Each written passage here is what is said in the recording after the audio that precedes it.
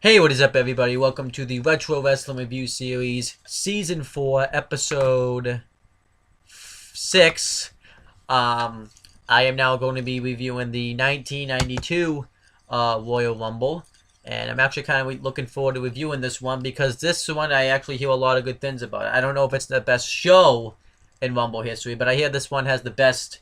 What a lot of old school fans say is this is probably the best Royal Rumble match in history because of what is at stake and everything. And I'll talk about that as I talk about like the purpose of the show and everything. So I'm looking forward to watching it because I hear a lot of good things about it. Now I can finally view it for myself and see what I think of it. So I'm actually looking forward to watching this Royal Rumble. So let's get right into it. I'm going to do the same thing as I do is for all of my that I've been doing for all these Rumbles, where I review the pre-show and then I review, like, after each take, I review each match and everything. So now that I've kind of announced that, let's get right into it. Okay, so now we have the pre-show, and we had Shawn Mooney as the host. And, you know, he pretty much just kind of talks about the show, talks about the build-up and everything. So I thought that was good. And he talks about the Royal Rumble match build-up. Now, this is one of the reasons that I've heard a lot of good things about the 1992 Royal Rumble. It's not necessarily about the show itself, but it's really about the match. Let me kind of explain the storyline reason for this match happening. So, back at Survivor Series 1991, Hulk Hogan was defending his WWF Championship against The Undertaker, who by this point, The Undertaker had gotten a new manager named Paul Bearer, which probably was the best thing for his career, because Brother Love, that whole Brother Love Undertaker relationship that I had talked about in the last episode wasn't working. They tried to bring him in with Brother Love, it just didn't work. Paul Bearer was the guy that really fit with The Undertaker. And maybe Paul Bearer was the one that really saved Undertaker's career. We don't know. And anyhow, you know, this had been a 1 year anniversary of when The Undertaker had debuted in the WWE. And Ric Flair had come down there. And at the time, Ric Flair had just come to the WWE. I don't know exactly how the storyline works, but I believe he was the AWA or NWA champion, and he hadn't dropped the title. They had him come on with the title, and and at this time Hogan was the WWF champion, and Ric Flair claimed that he was the real world champion. So Ric Flair comes down, and he pretty much screws over Hulk Hogan, and Undertaker beats Hogan for the WWF title, and Undertaker becomes champion, and you validated Undertaker's 1 year in the company, and so then Hulk Hogan immediately got his rematch at the next on the following Tuesday at a show called This Tuesday in Texas, which I haven't seen yet. I've seen this match, but I haven't seen the show.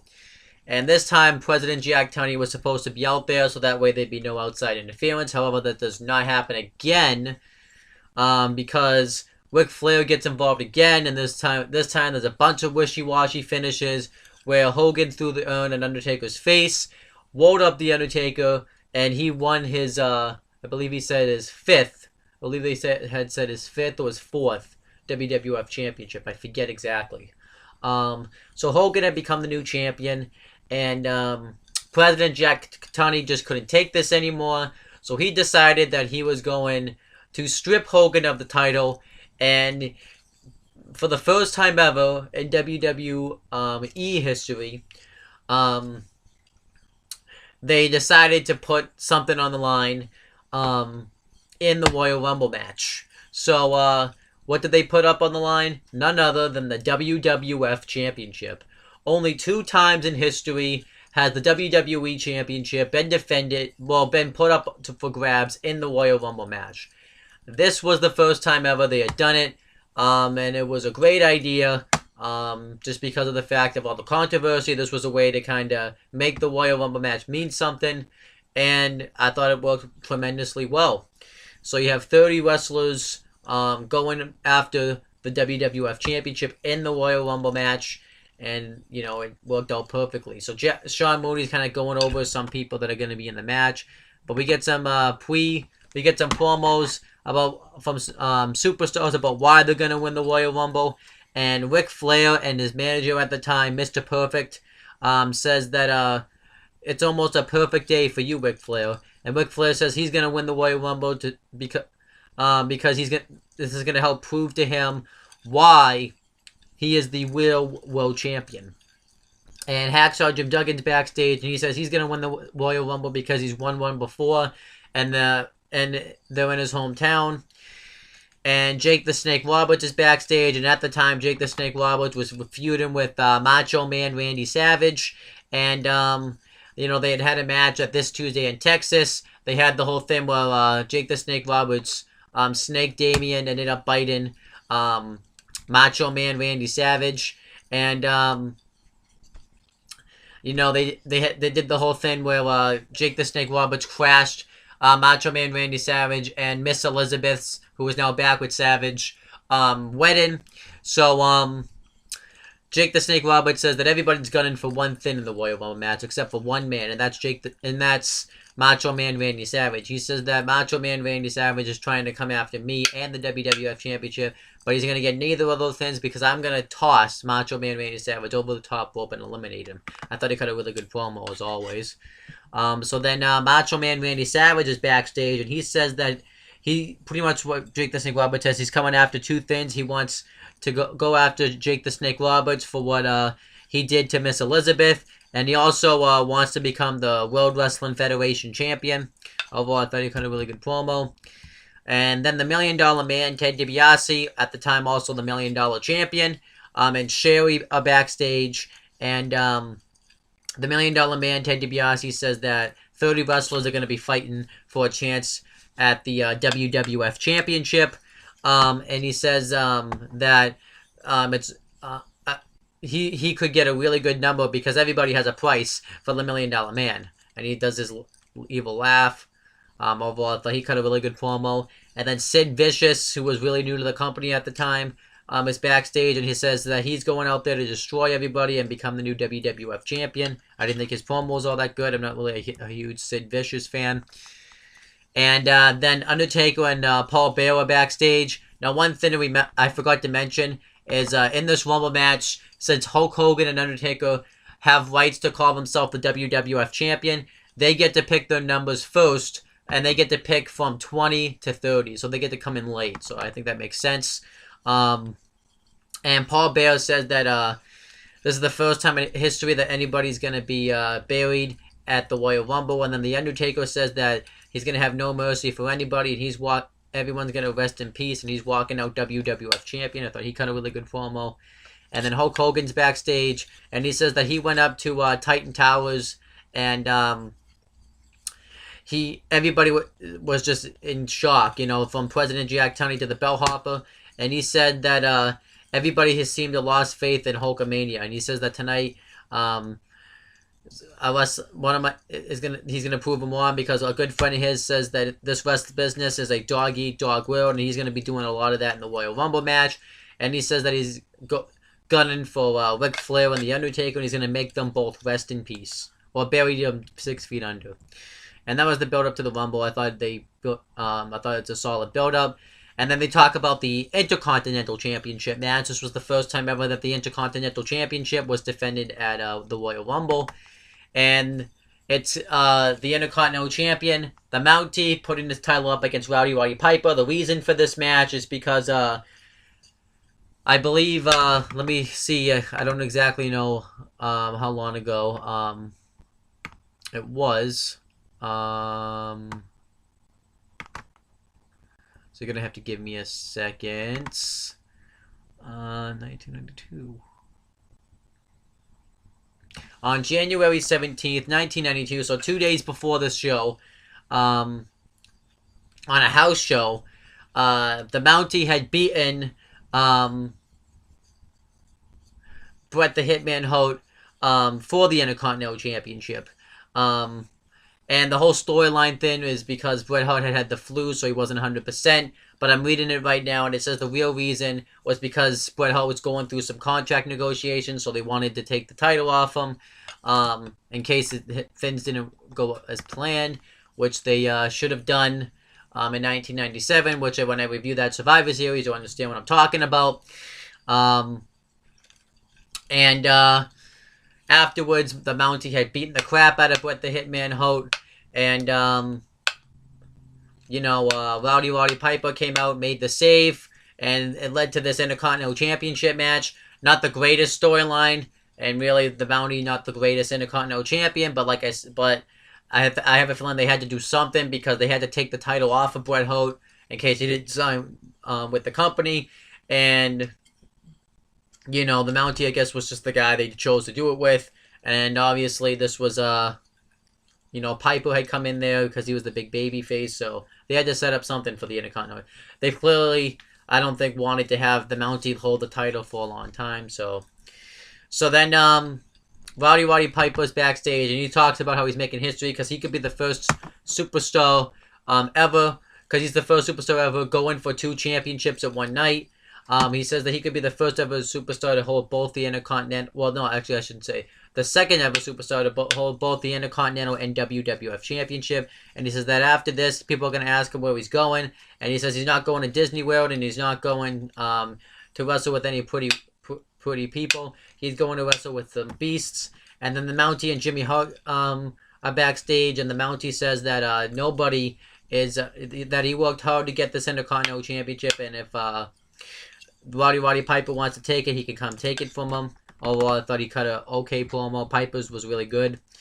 And then we had the build up for the WWF Tag Team Championships, first ever WWE Tag Team Championship match of any kind in Royal Rumble history, whether that was these titles or any titles.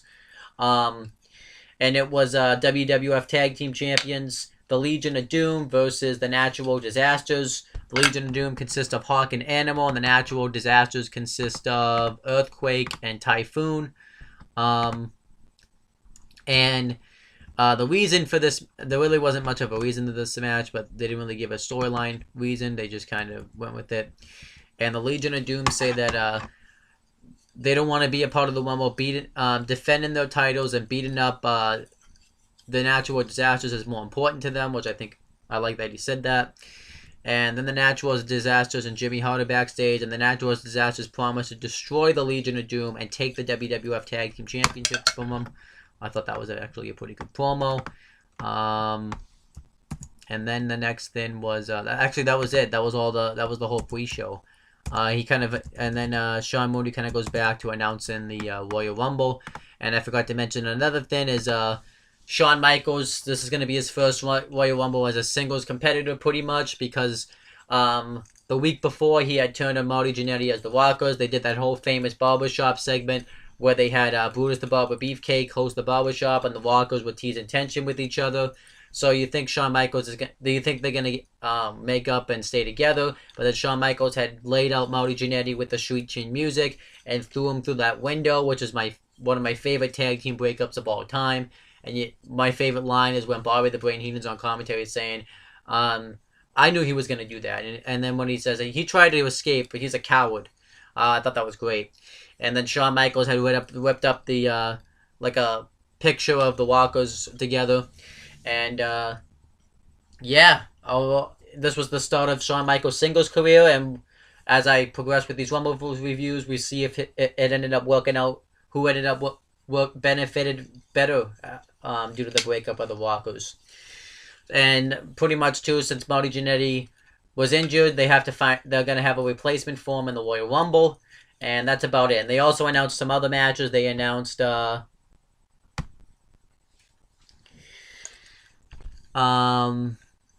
me just make sure that I find this stuff. They announced the new foundation, which consists of Jim the Anvil Neidhart and Owen Hart versus the Orient Express, which consists of Pat Tatanka and Kato. And they also announced another tag team match, the Beverly Brothers, which consists of Blake and Blue versus the Bushwhackers, Luke and Bush. So overall, this Royal Rumble looks to be a pretty solid show. So let's now I'm gonna watch it and see and review it as I go along and see how it goes. Okay, so I apologize for taking so long to get this review going, but I was having some technical issues with my network on my Xbox because apparently I can't be connected to the internet on any of my other devices while I watch it on my Xbox. It's really stupid, so yeah, I kind of hate that. But let me talk about the show. So we had the real show itself, and we had Gorilla Monsoon and Bobby the Brain Heenan on commentary. I thought they've been doing a really good job on commentary together, actually. And the first match is the Orient Express, which consists of Pat Tatanka and Kato with Mr. Fuji versus the New Foundation, which consists of the Rocket and Jim the Anvil Neidhart. And if you don't know who the Rocket is, that's Owen Hart. And as I do more of these reviews, you're gonna see how huge of a star Owen Hart's. Well, yeah, I would say about as huge of a star Owen Hart becomes. But I thought this was a really good opening tag team match, and I guess I like the fact that they started off having the New Foundation. Obviously, because Bret the Hitman Hart ended up going singles, they needed something for Jim the Anvil Neidhart, and I guess they wanted to introduce Owen Hart into the business in a nice way, so this is kind of what the New Foundation was for. And the New Foundation dominate the first half of the match. They really just beat the crap out of the Orient Express, and I thought they hit some nice double team moves like the Irish Whip and shoulder block by the New Foundation to Pat Tatanka,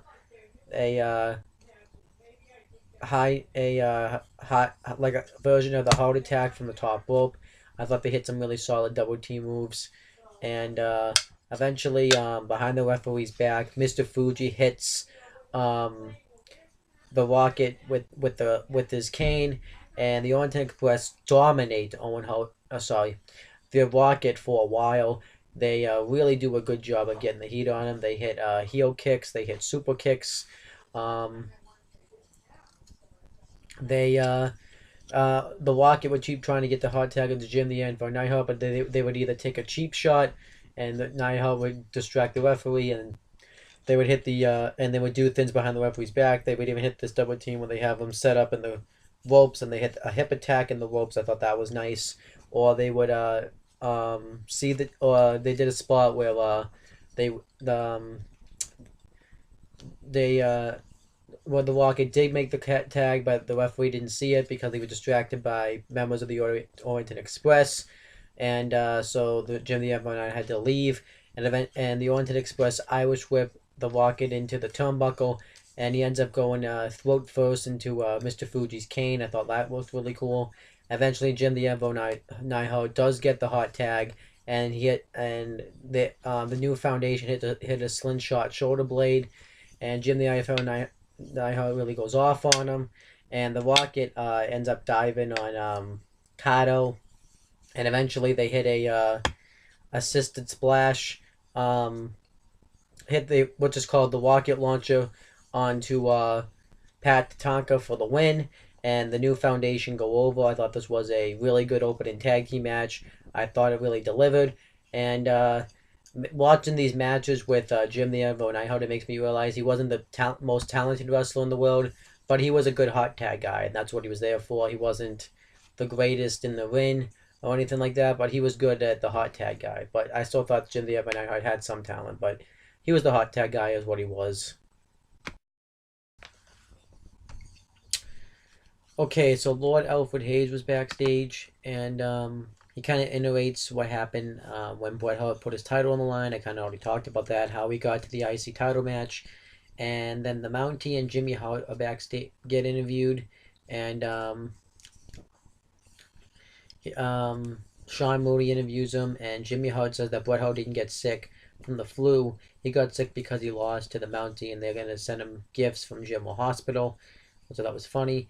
And the Mountie says that it's not fair that Roddy Piper gets an Intercontinental Championship match because his win-loss record doesn't call for it, and he says that he should win this match by forfeit. But he said that he came here to take what Roddy Piper's integrity, manhood, and he's gonna prove why he is one of the greatest Intercontinental champions of all time. And then Roddy Piper gets interviewed, and he says that he's happy to be here, and he says that Jimmy Hart and the Mountie are like village people, and he talks about how the Mountie's here to take his integrity. He doesn't have any integrity. That's how he got as far as he did in the WWF. He said he came here to take his manhood, and then he says that he is here because he wants to win, be the first man in history to win 2 titles in one night, and he can't do the first thing. No, he can't do one of them if he doesn't win the title tonight. So then that was it. Overall, I thought these were really good promos building up to the IC title match. So now let's watch and review the IC title match. Okay, so next was a Intercontinental Championship match. Intercontinental Champion, the Mountie, with Jimmy Hart ringside versus Roddy Piper. I thought this was an okay match here. Roddy Piper was wearing his kilt, and he takes it off, and he's in his wrestling gear, and he throws the kilt into the Mountie's face. He beats the crap out of him, both in the ring and outside the ring. And then eventually the Mountie puts Jimmy Hart in front of him, and he pushes Jimmy Hart out of the way, and the Mountie gets back in the ring. And when Piper gets back in the ring, the Mountie takes a few cheap shots, but Piper's able to fight out of it. He has a wicked atomic drop onto the Mountie. He ends up hitting a poke to the eyes, which I thought was cool. And he goes for a drop kick, but the Mountie sees it coming, so he holds on to the ropes, and Piper misses the drop kick. And the Mountie gets the hit on Piper for a little bit, and then eventually Roddy Piper makes a comeback, and and Jimmy Hart gets on the apron. Piper throws the Mountie into Jimmy Hart, and then he puts him into the sleeper hold. And doing this, Jimmy Hart grabs like his taser, which is like his stick that he brings with him. But the referee puts down the Mountie's hand 3 times, and Roddy Piper becomes the brand new Intercontinental Champion, which was huge because Roddy Piper had never held a championship in the WWF up until this moment. This was the first time he had ever won a title in the WWF, and it was really huge. I thought that was awesome. And it looked like he was genuinely happy to be holding the Intercontinental Championship. I thought that was awesome. Then afterwards, Jimmy Hart tries to tase him with a taser, but Piper throws Hart out of the ring, and then he tases the Mountie with the taser. So overall, I thought the match itself was fun, was just kind of there, but this match was definitely made by Roddy Piper winning his first championship ever in the WWF, and they're hyping it up too, where he has a chance to win both the WWF Championship and the Intercontinental Championship, and now he has 1 championship down. So overall, I really like this. I thought the match was alright, but I really liked seeing Piper win his first championship in the WWF. Okay, so next, Lord Alfred Hayes interviews Hulk Hogan, and he knocks on his locker room and he asks if he can get a word with Hulk Hogan, and Hogan says, yeah, that's fine. And Hogan says that you're lucky that you guys in Coliseum video are my friends, because in a little bit I'm not going to have any friends, because tonight he's going to the Royal Rumble to win the WWF Championship. And then he says that that's really about it. He pretty much talks about how he's not going to have any friends, and he says that he's happy that all his friends get to see this video live. Okay, so the Bushwhackers and Jamison get interviewed, and Bushwhacker Butch says that he's looking forward to embarrassing the Beverly Brothers, and then Bushwhacker Luke says that he's going to embarrass the Brotherly Sisters and beat them in the match, and then afterwards we're going to save the Genius for Jameson, And Jameson says that if you give me some time alone with the Genius, he's going to deck him right in the face. Overall, I thought this was a solid promo. Set up the match. Okay, so next match was the Beverly Brothers with the Genius ringside versus the Bushwhackers with Jameson ringside. I think is how you say that. And before that, the Genius cut a promo talking about how the Bushwhackers are just dirty freaks and how he's gonna deck Jameson in the face. I thought it was a pretty good poem, and I thought the match was all right. Nothing special, but an all right match. The Beverly Brothers get dominated by the Bushwhackers. They keep knocking them out of the ring. And you really notice too how much of a slime ball Jameson is, because he doesn't like chew his tie. He wipes his face on his like dirty sock. And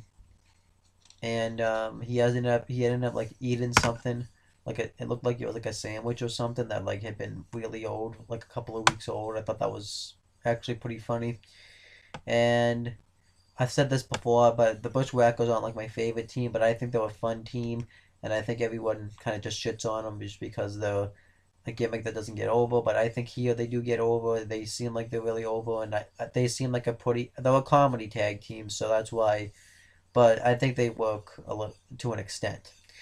Um, but the there was a spot where both members of the Beverly Brothers got knocked outside, and one of them went underneath the ring, and the Bushwhackers were watching the other one, and he tries to ambush him, but the Bushwhackers see it coming, and they both keep trying to do it, but the Bushwhackers keep seeing it coming, and eventually the Beverly Brothers get the heat on one of the Bushwhackers for a while. He ends up hitting a sick neck breaker on one of the Bushwhackers, which I thought looked really cool. But eventually, the other Bushwhacker gets the hot tag. He hits the battering ram to both Beverly Brothers, and they go to put him away. But one of the Beverly Brothers breaks up the pinfall, and the other Bushwhacker comes in and attacks them. They fight on the outside, and the Bushwhacker goes to bounce off the ropes, but one of the Beverly Brothers trips him. And I also forgot to mention too that earlier in the match, the Genius had taken a cheap shot at Jameson, and but then anyhow, so the Beverly trips the Bushwhacker. Then the other one hits an elbow drop, tries to cover him, but that Bushwhacker kicks up. But the other Bushwhacker comes in and breaks up the pinfall, and then eventually the Beverly Brothers win when one of them holds the Bushwhacker back, and the other one jumps up and does an axe handle and gets the victory. And afterwards, the Bushwhackers attack. And the other Bushwhacker didn't make it in time to break up the pin. Afterwards, the Bushwhackers attack the Beverly Brothers, and the Bushwhackers put the Genius in the ring, and Jameson comes in, and one of the Bushwhackers is holding the Genius so that way Jameson could hit him, but instead Jameson kicks him in the shin, and then he kicks him in the back, and afterwards the Bushwhackers and Jameson celebrate. So overall, I thought this was all right stuff. It was slightly good stuff. Okay, so next Shawn Moniz backstage, and he talks about the tag title match, and he says, I'm going to try to get away with the natural disasters to Jimmy Hart, but they don't seem to be there. Then Jimmy Hart comes up and talks about how that was bull crap, and how they're going to have a rematch for the WWF Tag Team titles. Jimmy Hart's going to contact his lawyer and his attorney, and he says that President Jack Tunney is going to give the Natural Disasters a rematch for the WWF Tag titles. And then the Natural Disasters come up, and they say that that was bullcrap. They won the titles fair and square. They had him counted out of the win. They dominated that match. And then they say that the next time they get the hands on the Legion of Doom, they will be the WWF Tag Team Champions. I thought this made sense just because you should be pissed. It makes the titles look important if you're pissed off about them, and it builds up to another match. So I thought this was good. Okay, so next, Roddy Piper got interviewed, and he said that now he's won one championship. He's won the Intercontinental Championship, and now he's just got one championship to go after, and that's the WWF Championship. And he says he talks about that. I thought that was really good. And then Shawn Michaels got interviewed, and he talks about his beating that he gave to Marty Jannetty, and he says what he did was he saved Marty Jannetty a lot more beatings, but even though the one that he gave to him is going to be the most brutal one he ever will receive. And then he said that, do I think I have a chance to walk out of here tonight World Wrestling Federation champion? You're damn right I do. I thought he cut a really good promo.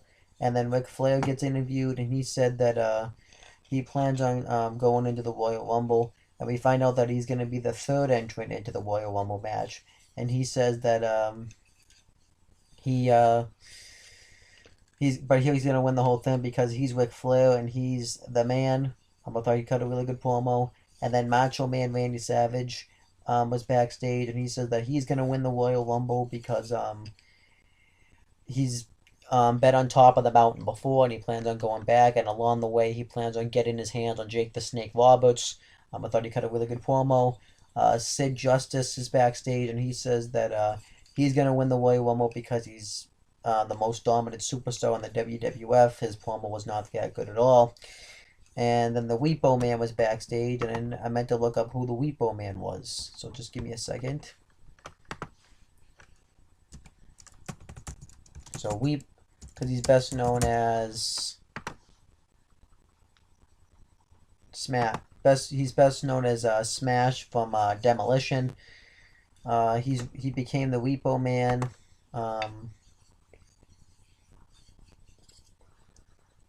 Because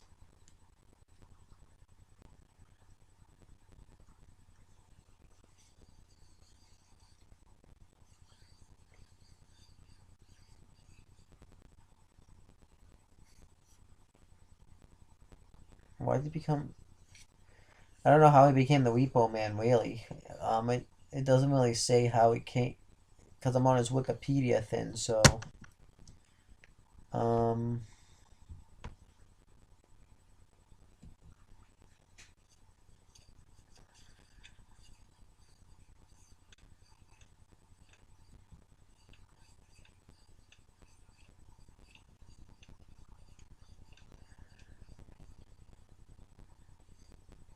just reading this.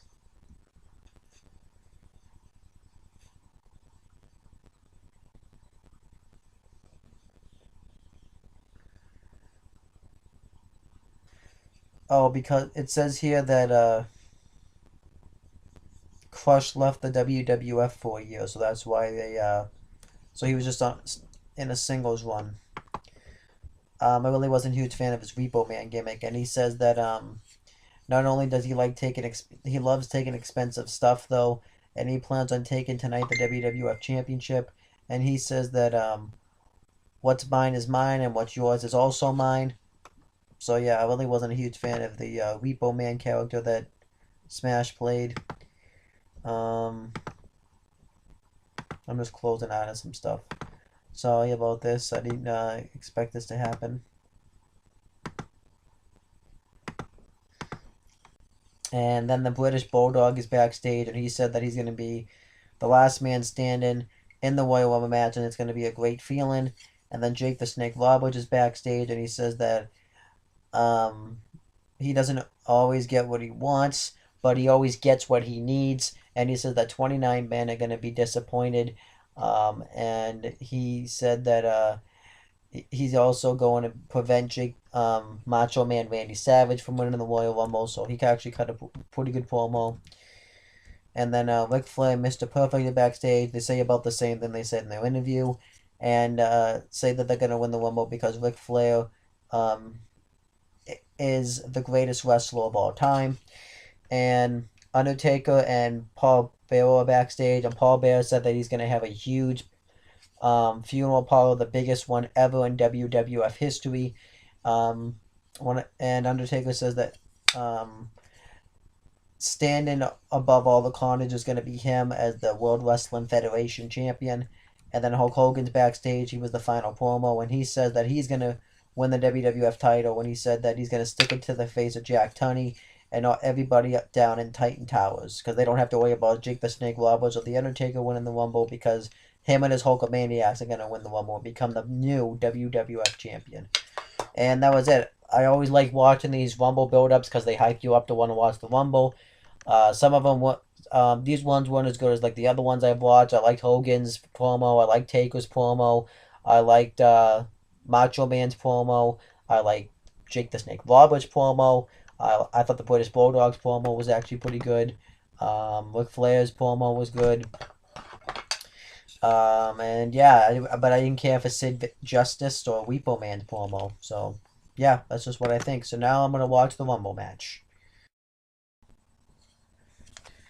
Okay, so then we had the main event match on the show. It was the Royal Rumble match for the vacant WWF Championship. And Howard Finkel explains the rules, and then President Jack Tunney comes in the ring, says what the prize is for, and wishes everyone the best of luck. And then we have the Rumble match itself. Number 1 was the British Bulldog, and number 2 was the $1 Million Man, Ted DiBiase, with Sensational Sherry ringside. And they actually had a good altercation for a little while. The $1 Million Man hits a suplex and then a gut wrench suplex on the British Bulldog. And then he tries to eliminate him, but the British Bulldog is able to hate on. And then the British Bulldog eliminates the $1 Million Man, Ted DiBiase, with a clothesline over the top rope. So he actually is out and gone really quickly. It's kind of sucked for him, I thought, but you have to have those surprise eliminations sometimes and stuff. So, it's the Rumble's not necessarily. If you get eliminated early in the Rumble, sometimes it's not necessarily a bad thing. It can be a make or break situation for you. I'm just trying to pull up the Royal Rumble on Wikipedia too, just to check for the records breaking stuff.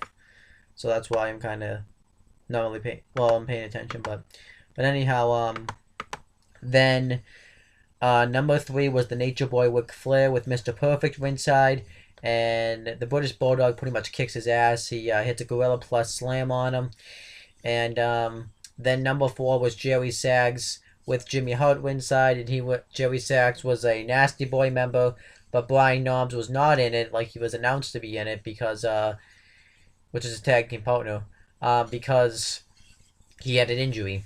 So Jerry Sags and the Nature Boy Ric Flair double team the British Bulldog, but then eventually the British Bulldog eliminates Jerry Sags. So then it's down to a one-on-one matchup again between the Bulldog and the Nature Boy Ric Flair. But then number 5 comes out, it's Haiku. And Haiku kicks ass for a while. He ends up actually taking out Ric Flair. And just before number 6 comes out, the British Bulldog eliminates Haiku. And then number 6 was Shawn Michaels, and this was obviously Shawn Michaels' first match as a singles guy, pretty much. I believe so, anyways. And he still kind of wrestled like the same Shawn Michaels as the Walkers, kind of, because it happened not that long ago. But he hits a super kick on Ric Flair, and then the British Bulldog kicks his ass. He hits the Gorilla Plus Slam on him, and he clotheslines Shawn Michaels, and I thought he was just going to be out right away, but he ended up hanging on, and the British Bulldog's attacking Ric Flair, and then Shawn Michaels hits a super kick on the British Bulldog. And then number 7 was Al Matador Tito Santana. And he actually looked pretty strong in the match. Number 8 was the Barbarian. He looked okay. Number 9 was the Texas Tornado. And there was a spot where the Texas Tornado ended up punching Ric Flair, and he just fell face first down on the floor the normal way he does, which I love that he does that.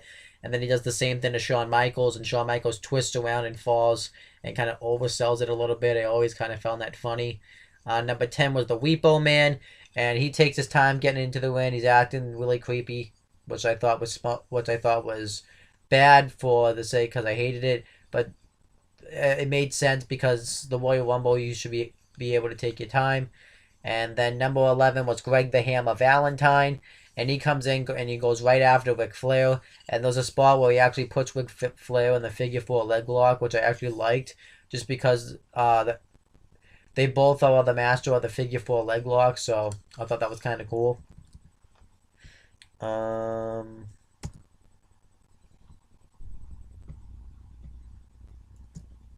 So just make sure I'm not missing any eliminations.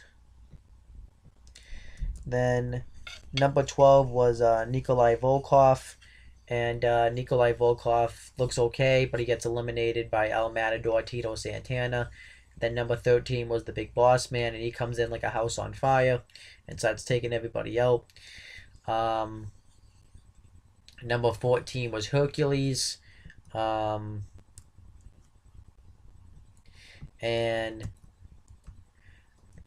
then the Barbarian gets eliminated by Hercules. And then Hercules gets eliminated by the Big Boss Man. And Ric Flair tries to eliminate the Big Boss Man, but he's able to hold on. So then it's just down to Big Boss Man and Ric Flair. Because also I even forgot to mention some eliminations. Let me just kind of scroll up. So Greg the Hammer Valentine got eliminated by Repo Man. Repo Man got eliminated by the Big Boss Man. Right when he came in, the British Bulldog got eliminated by the Nature Boy Ric Flair because he hit a shoulder thrust over shoulder lift over the top rope, and he does the same thing that the Texas Tornado eliminated him. Shawn Michaels and El Matador Tito Santana both eliminate each other at the same time. And then the Barbarian gets eliminated by Hercules. Hercules gets eliminated by the Big Boss Man. So then it's down to, like I said, Boss Man versus Flair. Boss Man kicks his ass for a while. And then Ric Flair, he misses a crossbody into Flair, and he ends up, Flair moves out of the way. And Boss Man goes over the top rope, so Ric Flair eliminates him. So then it's just Ric Flair on the win. And then it's number 15 is Roddy Piper. And he comes out and just beats the crap out of Ric Flair. And Ric Flair tries to escape through the bottom middle rope. So he's not eliminated since you have to be thrown over the top rope. But Piper goes right after him, beats the crap out of him, bounces his head off the guardrail. And then he puts him in the ring. Flair, he punches Ric Flair in the corner. And Flair hits an atomic drop, but Piper no-sells it and pokes him in the eyes. And he just really beat the crap out of Ric Flair. I thought it was awesome. And then number 16 was Jake the Snake Roberts, and he comes out and goes just watches Piper at first beat the crap out of the Nature Boy Ric Flair, and then Jake the Snake Roberts attacks Piper. They go at it for a little bit, and then Ric Flair goes hits chops on both of them, and there's a spot where Jake the Snake Roberts is going after Ric Flair, and Bobby the Brain Heenan on commentary, and he was really behind Ric Flair all night. During the whole show, he was worried about what number Ric Flair was going to get, and he was doing this match. He was rooting for Ric Flair to win this match, and Rowdy, and he always makes fun of the Roddy Piper, and he always calls his kilts dresses, no skirts, I mean. So, but when he helps Ric Flair out by taking out Jake the Snake Roberts, Bobby the Brain Heenan admits it's okay, it's a kilt. But then a couple minutes later, the Nature Boy Ric Flair puts Jake the Snake Roberts in the figure 4 leg lock, and Piper breaks it up and forces him to release the hold. That then Bobby the Brain Heenan's like, oh, that dress wearing scoundrel or whatever. I thought that was actually really awesome, and it's one of Piper's moments that he talked about in the True Story of the Royal Rumble DVD. That, and obviously when he won the Intercontinental Championship on this show. Then number 17 was Hacksaw Jim Duggan, and he immediately goes right after Ric Flair, and he beats the crap out of him. I thought it was okay. And number 18 was Erwin R. Seister, best known as IRS, and he looked okay.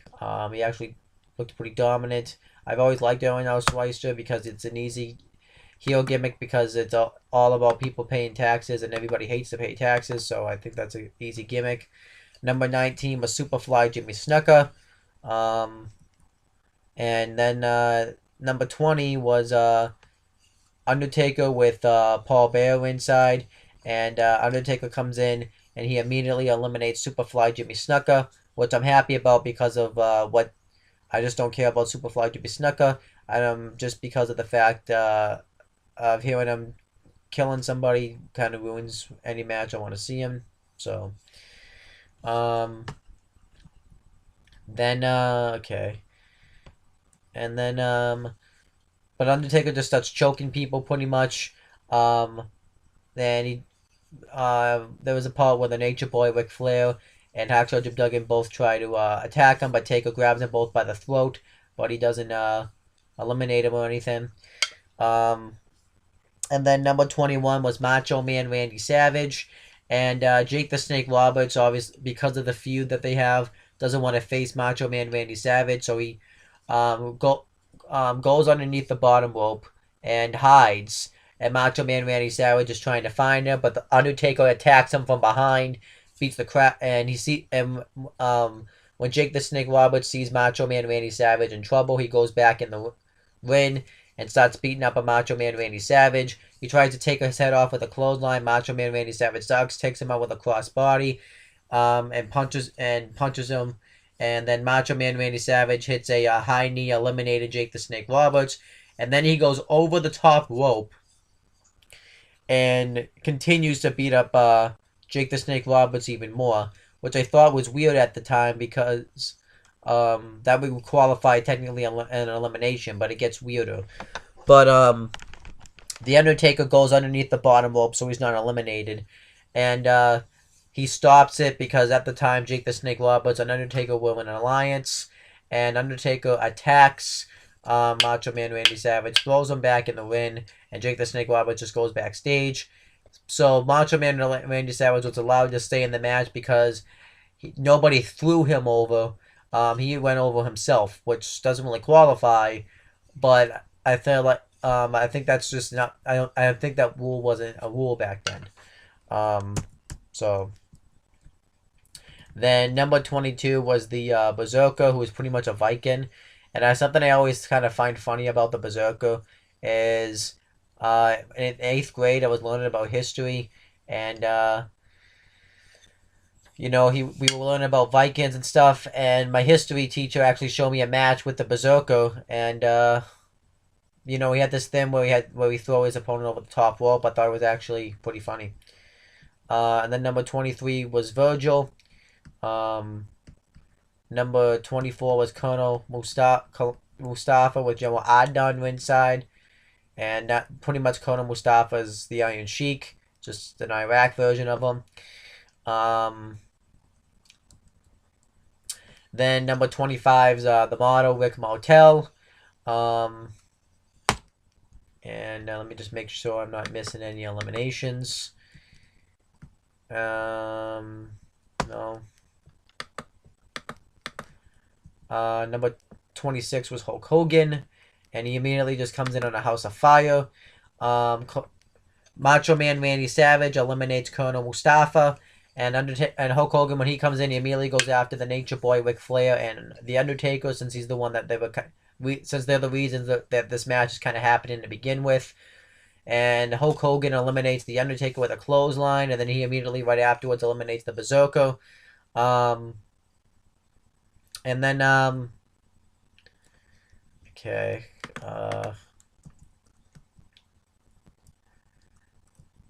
Then Hacksaw Jim Duggan and Virgil eliminate each other at the same time, so they get eliminated.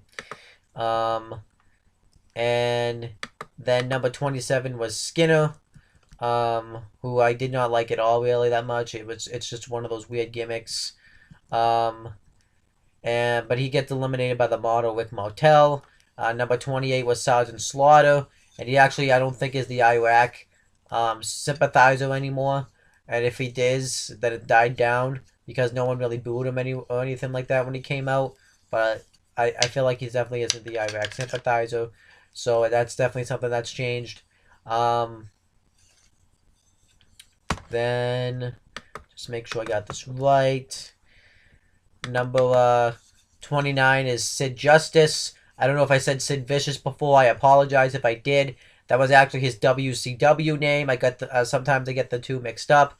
And he comes in a house on fire. He immediately hits a wicked Irish whip and causes Sergeant Slaughter to go up, stumble over the top rope and get eliminated. And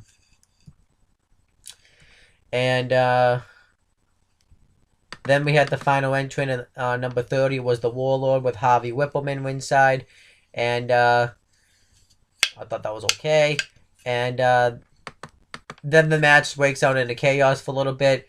There was a spot, I don't even know if it's happened by this point in the match already, but where Ric Flair and Hulk Hogan go underneath the bottom rope, pulls out, and Hulk Hogan follows him, and Flair tries to suplex Hogan on the outside, but Hogan counters it into a suplex of his own and beats the crap out of Ric Flair. I thought that was awesome.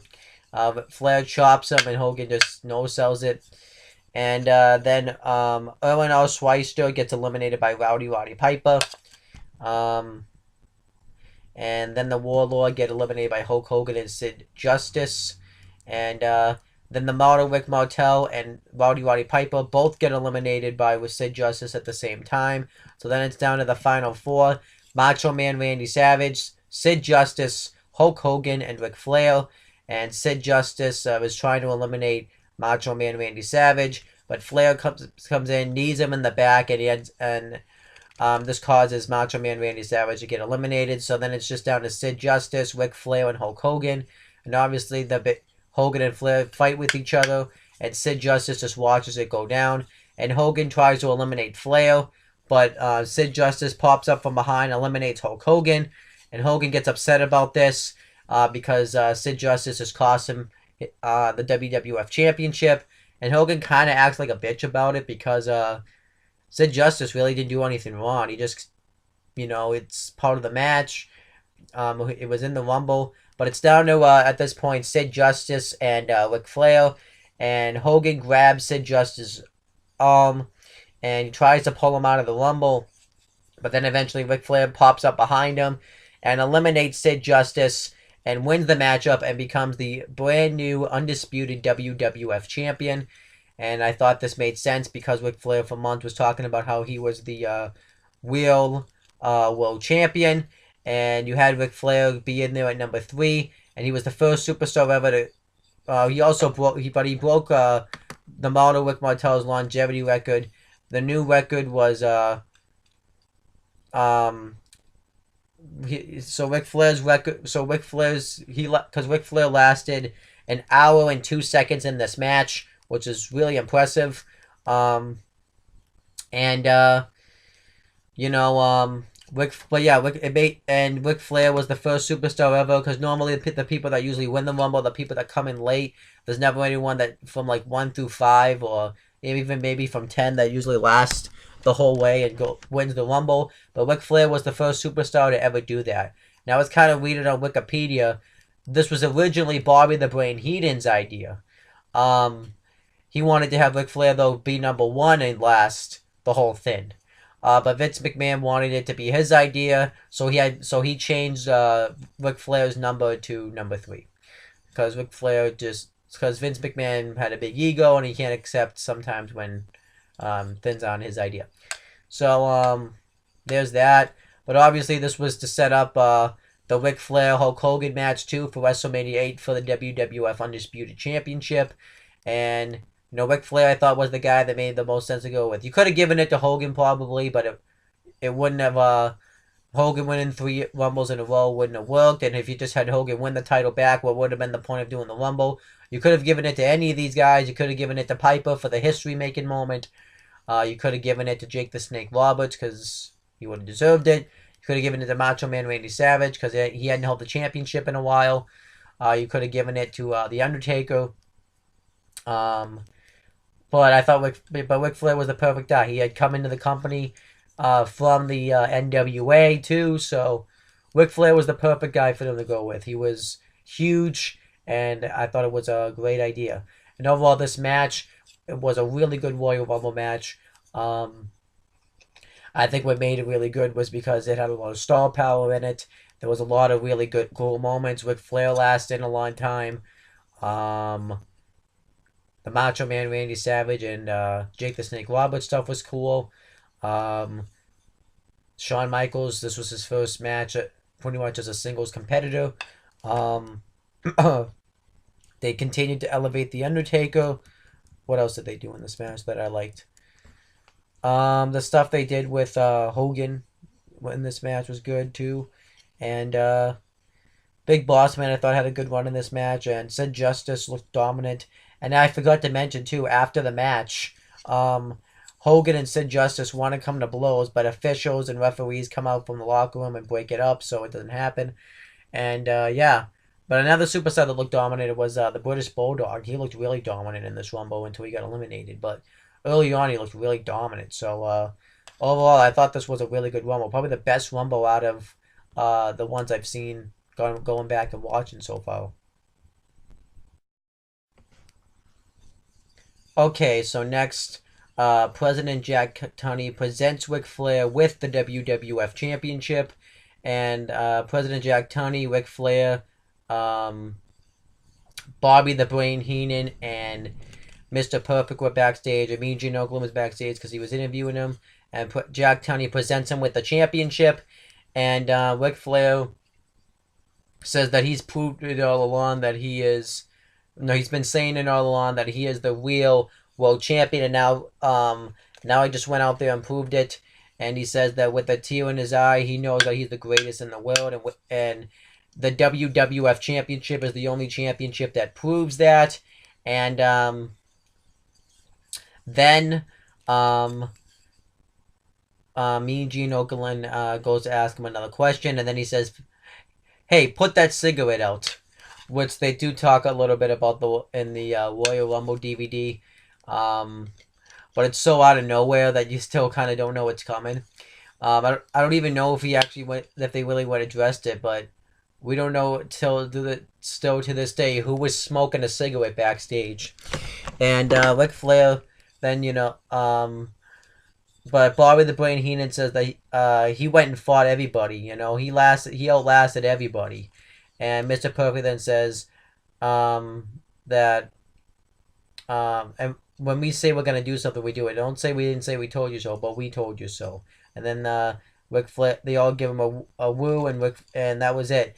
And this is why Ric Flair was really, was always pushed, was because he was great at getting heel heat. He was a great mic worker. He was great at promoting himself, and that's what I always liked about Ric Flair. And overall, this was a great backstage segment, and it was the end of the pay-per-view.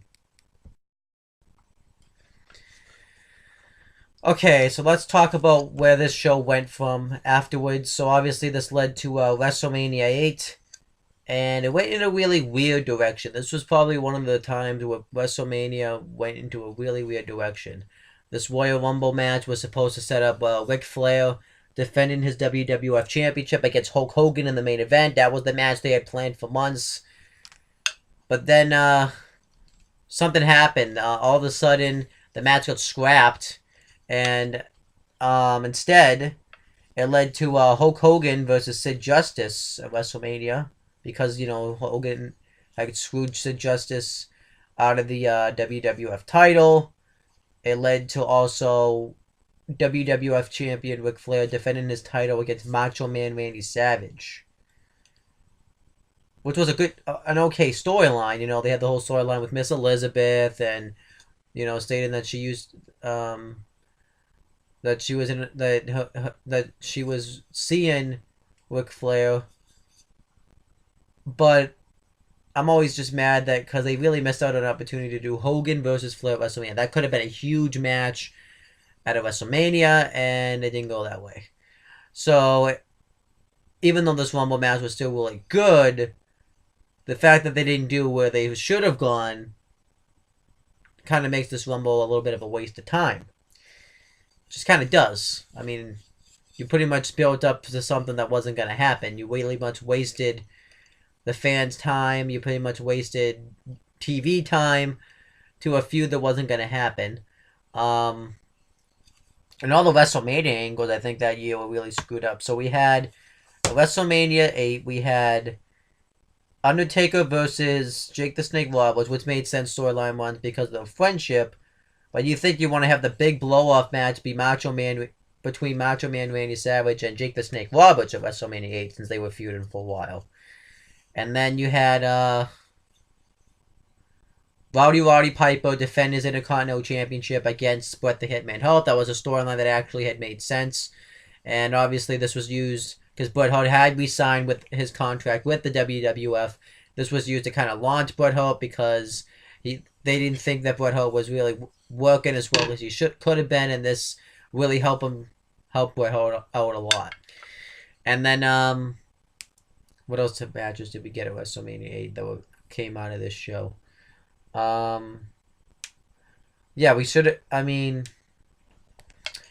we could have gotten Undertaker versus Sid Vicious. I mean, that wouldn't have been the greatest match, but at least we wouldn't have had to have it. I mean, we were going to have that match at WrestleMania 13. So what? We were going to have that match 5 years later anyways. So so why not just have it now again? Why not? I mean, I can't. That's something I can't think of.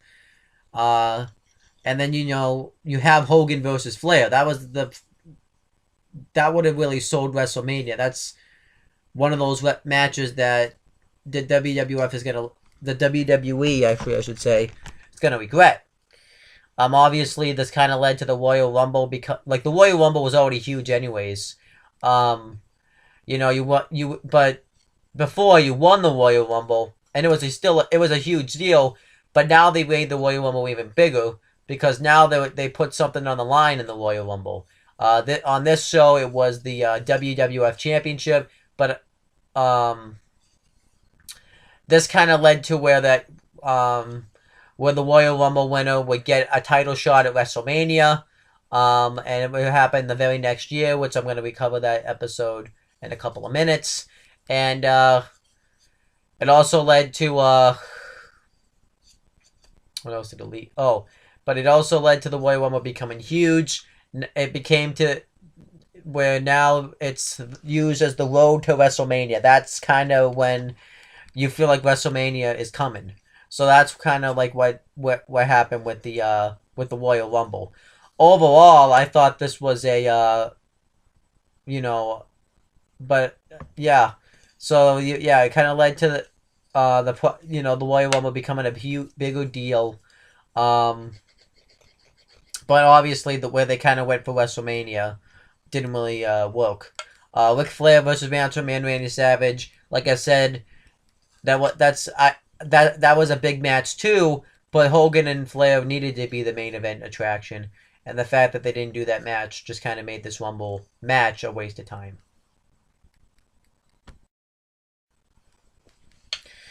So overall, I thought this was a really good.